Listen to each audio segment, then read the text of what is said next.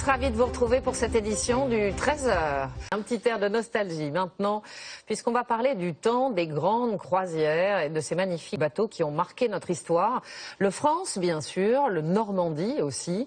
Malheureusement, leur destin a souvent été mouvementé. Pourtant, les chantiers navals de Saint-Nazaire construisent aujourd'hui encore les plus beaux paquebots du monde.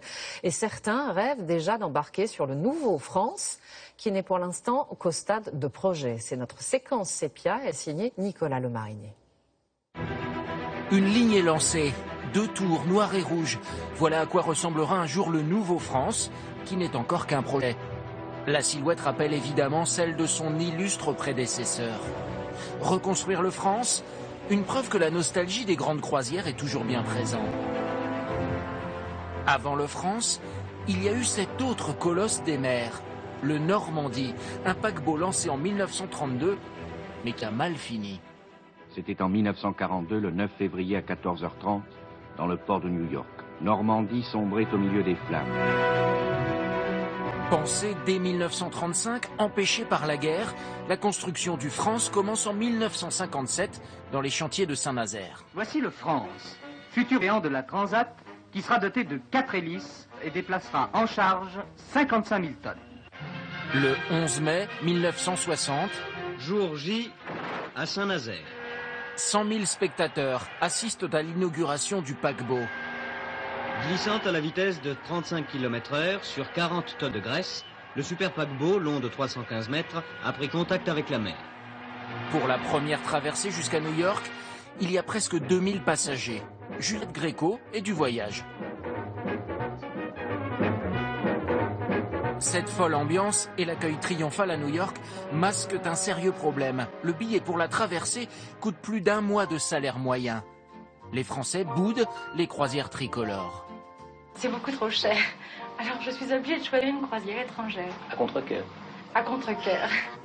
Pour résister, les compagnies multiplient les voyages thématiques.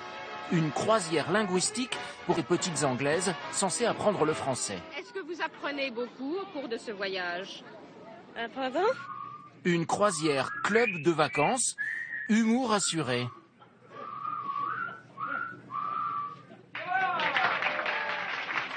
Un peu inhabituel, mais enfin on s'y fait très facilement et très bien. Des croisières santé avec menu diététique de luxe. Eh bien, il est diététique en ce sens qu'il est faible en calories. La langouste est un crustacé et tous les crustacés sont faibles en calories. L'huile, par contre, c'est moins conseillé. Pour le France, en 1974, les carottes cuites. Ne m'appelez plus jamais France. La France, elle m'a laissé tomber.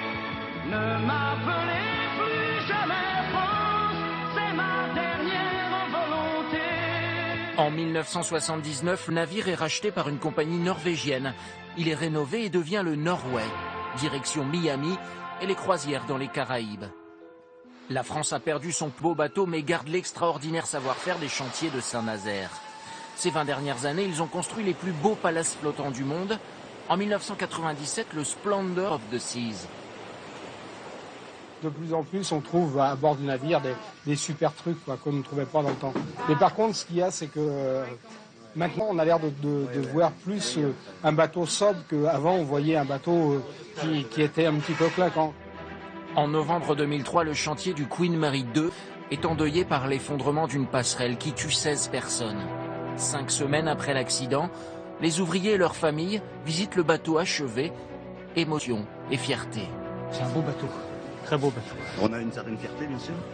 Oui, moi c'était ma fin de carrière en plus.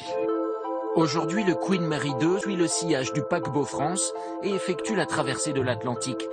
Il permet à ses passagers de retrouver le temps d'un voyage, le prestige des croisières passées. Le festival de Cannes avec des